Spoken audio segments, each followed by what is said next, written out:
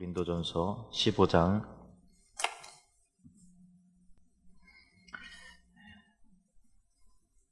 3절에서 8절 말씀 저 한 절씩 나누어서 교독을 하시겠습니다. 내가 받은 것을 먼저 너희에게 전하였노니 이는 성경대로 그리스도께서 우리 죄를 위하여 죽으시고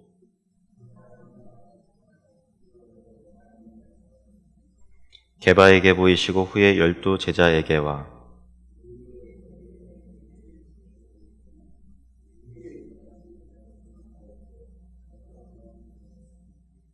그 후에 야고보에게 보이셨으며 그 후에 모든 사도에게와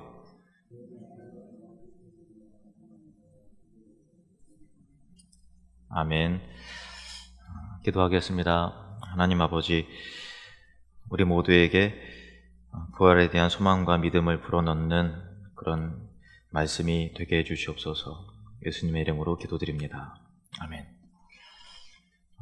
오늘 설교는 믿는 자들을 위한 설교라기보다도 믿음이 없는 또 혹은 믿길 원하는 믿음이 더 필요한 분들을 위한 설교입니다. 그러니까 여러분들이 부활을 이미 믿고 있다라고 하는 전제로 설교하는 것이 아니라 믿지 않고 있다라는 것을 전제로 설교를 합니다. 왜 그런가 하면은 믿음이라고 하는 것은 교회에 나와서 일정 기간이 지나면서 믿음이 생겨나는 것이지 믿고 교회에 나오는 사람은 없어요. 그러니까 교회 가운데에서는 다 믿는 자만 있는 것이 아니라 저도 여러분도 믿게 된 어떤 그 과정이 있잖아요. 그 과정 전에는 믿지 않았죠.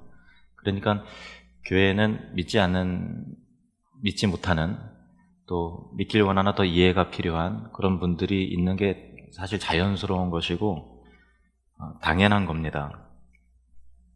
부활에 대한 것도 마찬가지죠. 우리 중에도 이 가운데서도 분명히 이제 부활은 솔직히 잘 믿기 어렵다라고 하시는 분들이 분명히 있으실 거예요.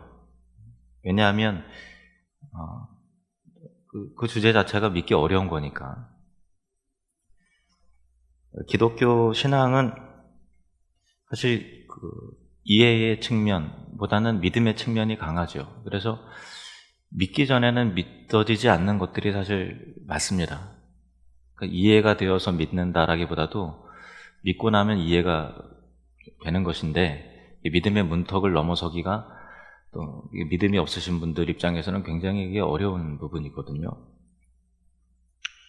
그런데 이성적으로 납득될 수 있도록 약간의 도움을 주면 또 믿음이 생기기도 하고 그렇구나 하고서 이게 수긍이 되고 더욱 확신을 가질 수 있죠. 기독교 신앙은 어떤 맹목적 신앙이 아니고요. 이해와 또 이성적인 설득과 또 논리가 있는 그런 종교예요. 그래서 하나님께서 자기 자신을 계시하신다라는 것 자체도 자기 자신을 열어서 보여주신다는 것도 하나님은 말씀이시고 또 예수님이 하나님의 말씀이시고 그런 의미 자체가 말씀으로 우리를 이해시키고 설득시키신다라는 의미지 우리의 어떤 동의라든가 어떤 지적인 이해 없이 우리를 조종하신다라는 의미는 아니거든요. 우리가 경험적으로 볼 때 부활의 이야기, 그러니까 어떤 역사적으로 죽었다가 살아나는 일들이 없잖아요. 우리 주변에 이 사람 죽었는데 며칠 만에 다시 살아났다 하는 일들이 사실은 없기 때문에 만약에 그런 사건들이 역사 속에서 빈번하게 일어나는 일들이라든가 또 가끔씩이라도 그런 일들이 있는 일이라면은 예수님의 부활도 그런 종류의 하나니까 더 쉽게 믿어지겠죠. 그런데 역사 이래로 한 번도 예수님처럼 죽었다가 부활하신 사람이 없기 때문에, 물론 그 나사로가 죽었다 다시 살아나게 했습니다만은 영원히 사는 건 아니잖아요. 그러니까 생명의 연장이죠. 그런 측면 말고 예수님의 부활은 죽었다가 다시 살아나셨다가 또 나이 들어서 죽고 하는 것이 아니라 그 완전한 생명을 부여받은 그 영생의 존재로 다시 살아나셨다라고 하는 부분들은 이 역사 속에서 없는 일이기 때문에 더 믿을 수 없는 일이죠. 그렇기 때문에 우리가 믿어지지 않는 것은 참 당연한 일이다라고 먼저 그걸 받아들이고 출발을 해야 될 것 같습니다. 사실 예수님을 직접 만나고 또 많은 기적을 보고 또 죽은 자를 살리시는 것을 보고도 제자들이 예수님의 부활을 믿지 못했어요.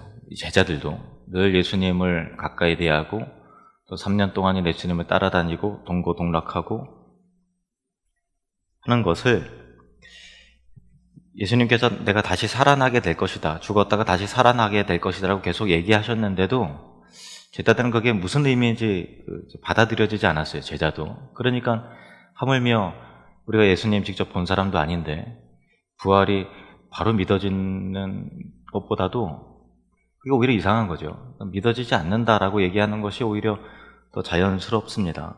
솔직히 말해서.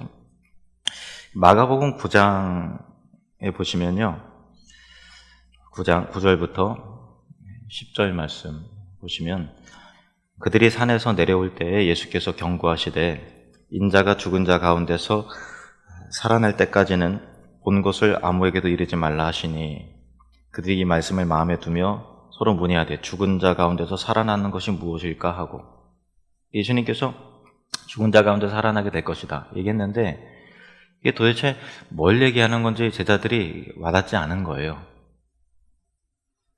믿어지지 않는 거죠. 그러니까 실제로 부활하실 리는 없고 뭐 영적인 얘기인가, 뭐 상징적인 비유인가, 뭐 이렇게 했다라는 거죠.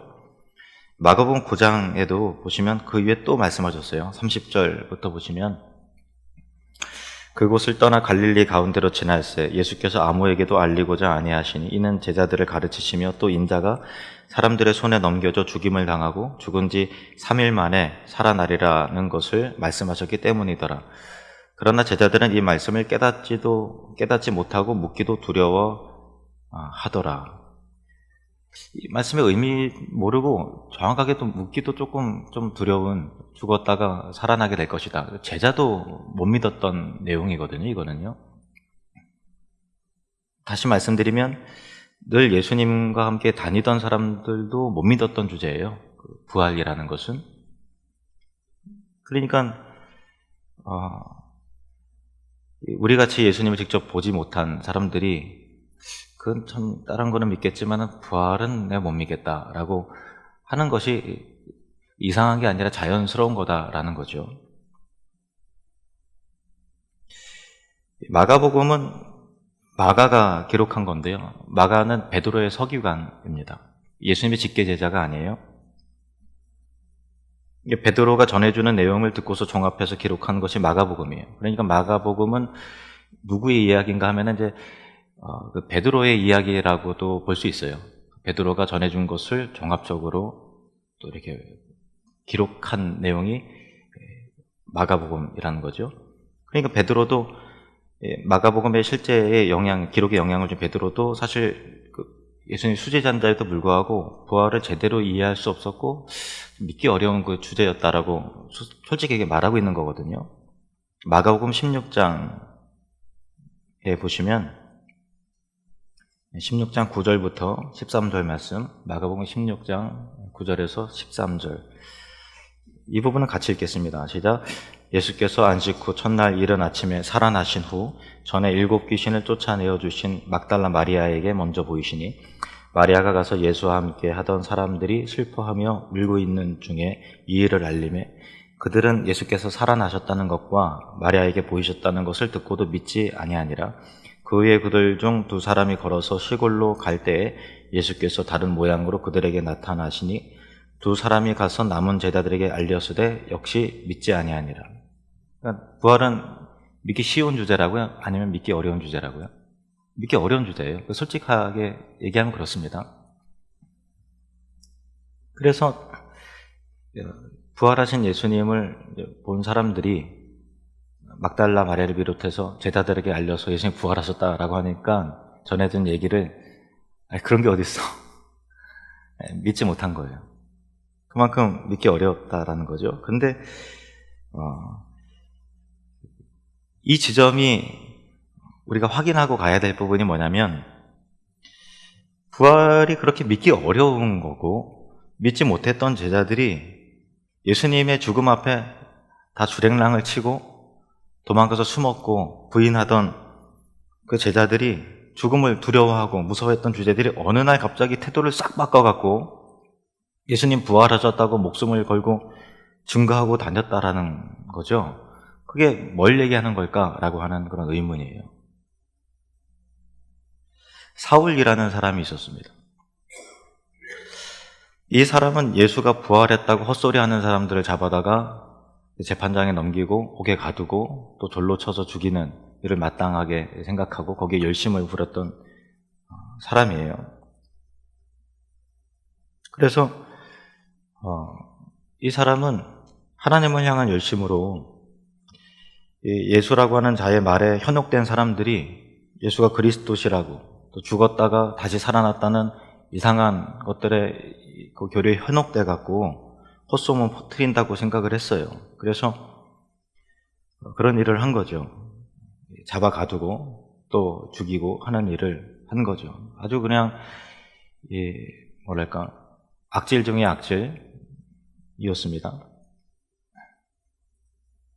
그런데 이 사울이 갑자기 부활을 믿는 자들을 잡기 위해서 가다가 하루아침에 갑자기 싹 바뀌어갖고 예수가 메시아가 맞다고 예수님이 그리스도시고 죽었다가 다시 살아나셨다고 막 증거하고 다녔단 말이에요.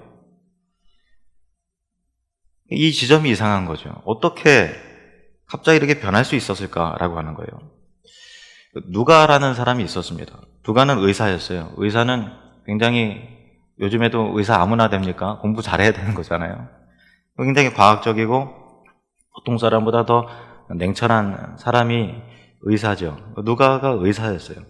그가 사울에 대해서 기록한 내용이에요. 사도행전 9장 19절부터 보시면 사도행전 9장 19절부터 사울이 다메섹에 있는 제자들과 함께 며칠 있을새 즉시로 각 회당에서 예수가 하나님의 아들이심을 전파하니 듣는 사람이 다 놀라 말하되 이 사람이 예루살렘에서 이 이름을 부르는 사람을 멸하려던 자가 아니냐 여기에 온 것은 그들을 결박하여 대제사장에게 끌어가고자 함이 아니냐 하더라. 그러니까 즉시로 예수를 그리스도라고 전파하고 예수님이 부활하셨다고 그렇게 했단 말이에요. 그거를 이거 뭐 꼼수 있는 거 아니야? 우리 이렇게 한 다음에 우리가 동료인 줄 하면 다 붙잡아 가는 거 아니야? 이렇게 사람들이 생각했다는 거죠. 사울에게 어떤 일이 일어났던 것일까요? 사울은 후에 바울이라고 이름이 바뀌었는데 고린도 교회 성도들에게 그가 이렇게 편지를 썼어요. 고린도전서 15장 3절에서 8절 우리가 읽은 본문인데요. 제가 다시 읽겠습니다. 내가 받은 것은 먼저 너희에게 전하였노니 이는 성경대로 그리스도께서 우리 죄를 위하여 죽으시고 장사 지낸 바 되었다가 성경대로 사흘 만에 다시 살아나사 게바에게 보이시고 게바는 베드로입니다. 게바에게 보이시고 후에 12 제자에게와 그 후에 500여 형제에게 일시에 보이셨나니 그러니까 본 사람이 한두 명이 아닌 거예요. 500여 형제에게 일시에 보여요. 처음에 다시 살아날 때 게바 베드로도 못 믿었어요. 근데 베드로에게 나타나셨고 12 제자에게도 나타나셨고 12 제자뿐만 아니라 500의 형제들에게 일시에게 보이셨나니 그 중에 지금까지 대다수는 살아있다라는 거예요. 본 사람들이 목격자들이 한두 명이 아니란 말이에요. 그러니까 뭐 한 명, 두 명 이렇게 이렇게 헛소리하는 그런 내용이 아니라 수백 명 이상의 사람들이 동시에 봤다라는 거죠. 그리고 그 사람들이 살아있다라는 거예요. 증인들이 한두 명이 아니라는 거죠. 그 중에 대다수는 살아있고 어떤 사람은 잠들었으면 그 후에 야고보는 예수님의 형제입니다. 그 후에 모든 사도에게와 8절에 같이 읽겠습니다. 시작. 맨 나중에 만삭되지 못하여 난자 같은 내게도 보이셨느니라. 사도 바울도 부활하신 예수님을 만났던 거예요. 나타나신 거. 그러니까 예수님이 부활하셨다라고 헛소리하는 사람들을 잡아다가 막 족치려고 그렇게 가다가 부활하신 주님을 만나니까 본 걸 어떻게 해요? 경험했는데, 부활하신 주님을 만났는데, 그러니까 그런 만남이 이루어지지 않고서는 그렇게 하루아침에 180도 확 바뀌는 일은 없는 거잖아요. 바울이 그 부활하신 예수님을 보았다고 하는데, 바울에 대해서 여러분 좀 이해를 하셔야 되는 게 뭐냐면은, 바울이라는 사람은 요즘 말로 말하면 서울대 법대 출신이에요. 굉장히 지적으로 탁월한 사람이에요. 그래서 그 바울이 쓴 서신들, 글들을 읽어보면 성경이라는 걸 떠나서 그냥 문학적 가치로서 그 글들을 보면 굉장히 철학적이고 논리적이고 이성적이고 문체가 화려하고 그렇단 말이에요. 그냥 범인이 쓸 수 있는 글들이 아니에요. 그런 사람이 오늘 갑자기 싹 바뀌어서 예수님 부활했다고 복음을 전하기 시작했다라는 거예요. 그 사람이 뭐가 아쉬워서 왜 갑자기 그런 거짓말을 하겠느냐라고 하는 거죠. 그리고 바울이 이 편지를 썼을 때 증인들이 굉장히 많이 있는 거예요. 수백 명도 더 예수님께서 부활하신 것을 본 사람들이 적어도 500~600명이 있는 사람들이 있다라는 거죠. 증인들이 있는 거죠. 그러니까 아까 말했던 것처럼 부활이라고 하는 것은 믿기 어려운 주제예요. 그냥 믿어지는 게 아닌데 믿는 사람들이 있다라는 것은 경험하지 않고서는, 보지 않고서는 그런 게 있을 수 없다라는 거예요. 2000년 전에도, 오늘날도 믿기 어려운 주제지만 2000년 전에도 마찬가지예요. 2000년 전에도 똑같이 믿기 어려운 주제예요, 이건요. 예수님을 따르는 사람조차 믿지 못했던 주제라는 거니까요. 직접 보기 전에는 다 안 믿었어요. 그런데 부인하던 사람들이 예수님께서 십자가에 매달렸을 때 도망가고 숨었던 제자들이, 나도 죽을까봐 두려워서 벌벌 떨었던, 주랭랑 쳤던 그들이 부활하셨다는 얘기를 전해 듣고도 그런 게 어딨어 하고서 안 믿던 사람들이 갑자기 확 바뀌어서 예수님이 부활하셨다고 갑자기 외치기 시작했다라는 거죠. 이것이 이 세상의 역사 속에서 2000년 전에 실제로 일어났던 스토리입니다. 이것은 신앙에 대한 얘기를 하는 것이 아니라 역사를 말하고 있는 것이죠. 그 역사의 흐름 속에 교회라는 게 있는 거고요. 초대교회 제자들의 복음은요, 단순했어요. 예수님이 죽으셨고 우리의 죄를 위해서 죽으셨고 부활하셨다. 단순한 이 메시지였습니다. 그리고 여러분 잘 아시듯이 로마의 폭군 네로 황제가 AD 54년부터 68년까지 통치를 했던 로마의 황제잖아요. 그러니까 초대교회 박해 시대에 주동했던 로마의 황제하고 이게 일치가 되죠. 그리고 로마에 실제로 기독교인들이 자기가 불을 질러놓고 이렇게 기독교인들이 불을 질러서 그렇게 수많은 사람들을 다 혐의를 몰아서 죽이고 그런 일들을 했잖아요. 실제로 역사 속에 있는 내용이니까요. 2000년 전에요. 그런데 놀라운 거는요, 많은 그리스도인들이 죽어갈지언정 신앙을 버리지 않았습니다. 그리고 그 핍박하는 자들을 위해서 오히려 기도하고 평안 가운데 순교했다라는 거예요. 역사 속에 기록된 내용이죠. 제자들도 예수님처럼 십자가에 못 박혀 죽고, 또 어떤 베드로는 내가 예수님처럼 똑같이 매달릴 수 없다라고 해서, 감히 그럴 수 없다 해서 십자가에 거꾸로 매달려갖고 죽었어요. 이거를 이성적으로 믿지 못하니까 이성적으로 냉철하게 한번 생각해 보세요. 스스로 꾸며낸 이야기를 전파하기 위해서 목숨을 걸 만한 사람이 있어요? 이성적으로 생각해 볼 때 허황된 얘기를 증거하기 위해서 목숨을 걸 만한 사람이 있어요? 무언가 뒷거래가 있다든가 물질적으로 막대한 이익이 있다든가 보상이 있을 때는 탐욕에 물든 사람이 목숨까지는 아니지만 위험을 감수할 수는 있겠죠. 예, 막대한 이익이 있으니까. 미친 사람이 아니고서야 그럴 사람은 없어요. 그런데 예수를 믿는다는 것은 돈을 버는 거 아니에요.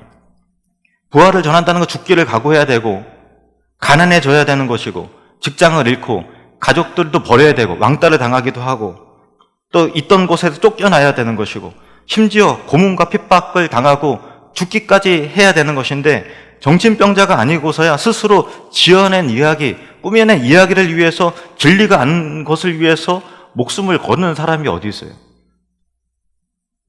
부활에 대한 확신과 경험이 없다면 순교할 수가 없는 거예요. 초대교회 성도들에게 있어서 부활의 신앙은 절대적인 것이었어요. 절대적인 것. 그리고 또 한 가지 증거는요. 유대인들에게 있어서 안식일을 지킨다는 것은 생명을 지키는 거하고 똑같은 거예요. 안식일을 범한다고 있을 수 없어요. 예수님을 십자가에 못 박혀 죽게 한 것도 예수라는 자가 안식일을 범했다라는 것이 점점점 빌미가 돼서 일이 커진 거잖아요. 그런데 잘 보세요. 베드로가 유대인이에요. 예수님의 제자들도 다 유대인입니다. 초대교회 예루살렘 성도들이 다 유대인이에요. 유대인들은 수천 년의 역사 가운데 안식일을 지키는 그 개념이 있어서 한 번도 그것을 벗어버린 적이 없어요. 철저하게 지키는 거예요. 그런데 예수를 믿는 유대인들이 안식일이 아니라 안식일 다음 날 주일에 예배하기 시작했어요. 그 이유가 뭘까요? 예수님이 안식일 다음 날 안식 후 첫날 부활하셨기 때문에 그런 것이죠. 그러니까 진짜 부활을 보지 못한 그들이 생각이 바뀌어 수천 년 동안 내려왔던 생각이 바뀌어서 안식일이 아니라 주일에 예배하게 됐다라는 것은 부활에 대한 사실적 근거가 없이는 도저히 있을 수 없는 일인 거죠. 수천 년간 내려온 그들의 가치관을 바꿀 만큼 충격적인 사건이 벌어지기 전에는 있을 수 없는 일이라는 것입니다. 이것이 예수님의 부활이고 이것이 증거입니다. 그리고 이것이 우리가 토요일이 아닌 주일에 하나님을 예배하는 이유입니다. 그러면 예수님께서 왜 금요일에 죽으시고 안식일이 아닌 토요일에 안식일이 아닌 왜 주일에 사흘 만에 부활하셨을까요? 왜 사흘일까요? 하나님께서는 이 3일 만에 사흘에 부활하신 것을 통해서 우리에게 부활에 대한 어떤 의미를 우리에게 전하시기 위함일까요? 예수님께서 제3일에 부활하신 것은 모든 것이 새롭게 시작되는 날임을 하나님이 말씀하셨기 때문에 그런 것입니다. 창세기 22장 4절 말씀 보실까요? 창세기 22장 4절 같이 읽겠습니다. 시작. 제3일에 아브라함이 눈을 들어 그곳을 멀리 바라본지라. 하나님은 아브라함에게 독자 하나밖에 없는 독자 이삭을 아들을 희생 제물로 바치라고 하셨습니다. 그런데 셋째 날에 모리아산을 가는 그 셋째 날에 그의 아들을 대신할 제물을 마련함으로 아브라함의 독자 이삭을 사흘 후에 살리신 거예요. 사흘 후에 하나님의 독생자 예수의 부활을 있을 것을, 하나님의 아들이 부활하게 될 것을, 다시 살아나게 될 것을 예고하셨습니다. 여호수아 3장 보실까요? 여호수아 3장 2절에서 3절 말씀입니다. 여호수아 3장 2절에서 3절 시작. 사흘 후에 관리들이 진중으로 두루 다니며 백성에게 명령하여 이르되 너희는 레위 사람 제사장들이 너희 하나님 여호와의 언약궤에 매는 것을 보거든 너희가 있는 곳을 떠나 그 뒤를 따르라. 요단강은 영적인 의미에서요 하나님 나라의 진입 통로예요. 그러니까 요단강 건너가라는 건 죽음을 의미하는 거예요. 죽음을 의미하는 거예요. 그리고 그 뒤에 있는 가나안 땅은 하나님 나라의 상징이죠. 여호수아가 이스라엘 백성을 요단강을 건너서 약속의 땅으로 인도한 날은 요단에 도착한 지 제3일에 요단강을 건넜어요. 하나님은 사흘 후에 새 시대가 열릴 것을 예고하신 거죠. 에스더 5장 1절에서 2절 말씀 보실까요? 같이 읽겠습니다. 시작. 제3일에 에스더가 왕후의 예복을 입고 왕궁 안뜰 곧 어전 맞은편에 서니 왕이 어전에서 전문을 대하여 왕자에 앉았다가 왕후 에스더가 뜰에 선 것을 본즉 매우 사랑스러움으로 손에 잡았던 금규를 그에게 내미니 에스더가 가까이 가서 금규 끝을 만진지라. 바빌론으로 포로로 끌려간 이 바빌론은 멸망했고 이제 바사, 페르시아 나라가 섰어요. 근데 유대인들이 하만의 계략에 의해서 다 죽게 됐어요. 근데 기도가 시작돼 다 죽게 됐어요. 죽을 운명이었어요. 근데 기도가 시작된 때 제3일에 왕비 에스더가 죽으면 죽으리이다 하고 왕 앞에 나갔을 때 유대인의 역사가 바뀌었어요. 하나님은 사흘 후에 하나님 나라의 백성을 다시 살리실 것을 예고하신 것입니다. 호세아 6장 2절 말씀 보실까요? 호세아 6장 2절 같이 읽겠습니다. 시작. 여호와께서 이틀 후에 우리를 살리시며 셋째 날에 우리를 일으키시리니 우리가 그의 앞에 살리라. 아멘. 하나님 호세아 선지자를 통해서 셋째 날에 자기 백성을 완전히 회복시키시고 일으키시겠다고 약속을 하셨습니다. 이것이 부활의 예언이에요. 요나서 1장 17절 말씀 보실까요? 요나서 1장 17절 시작. 여호와께서 이미 큰 물고기를 예비하사 요나를 삼키게 하셨으므로 요나가 밤낮 3일을 물고기 뱃속에 있으니라.